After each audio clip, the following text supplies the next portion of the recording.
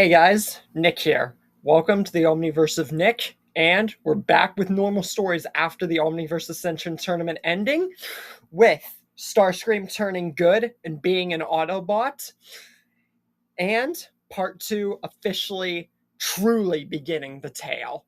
Even though part 1's out, but we're not going to talk about that.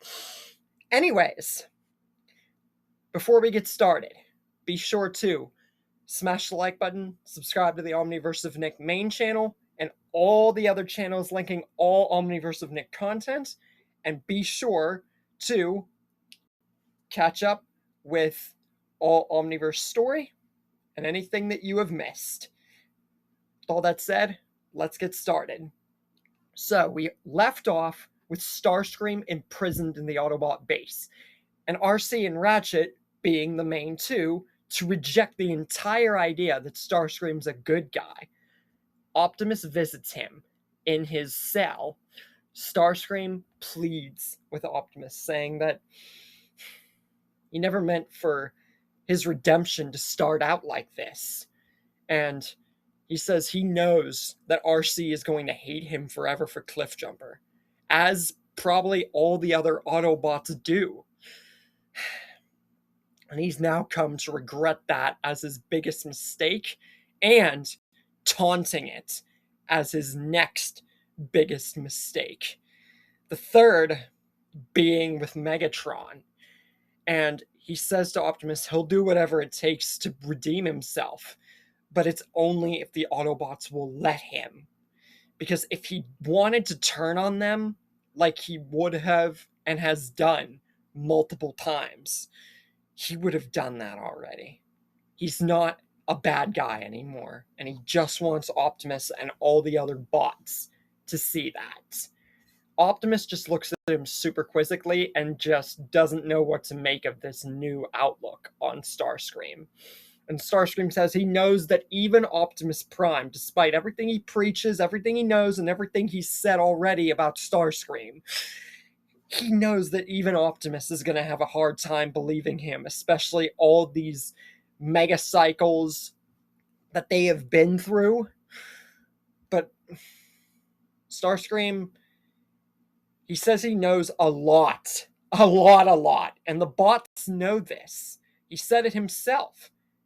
He could be useful. So Starscream wants to prove that. And he says to Optimus, if you give me a chance, I will show you the first step that I have towards redeeming myself and truly making amends. It's by the Harbinger, where the immobilizer was.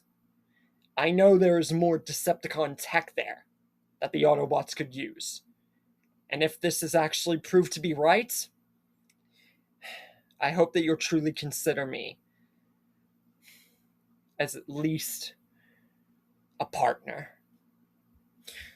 Optimus thinks about this for a long second and says, very well, Starscream. But if this is a trick or a ruse, you're staying there and never returning. Be thankful that it is not by my hand that you will be hurt or killed. And I will truly see to it that RC and Ratchet do not participate. Take me there, and whoever else is willing, and we'll see if you are telling the truth. If not, I can't be held responsible.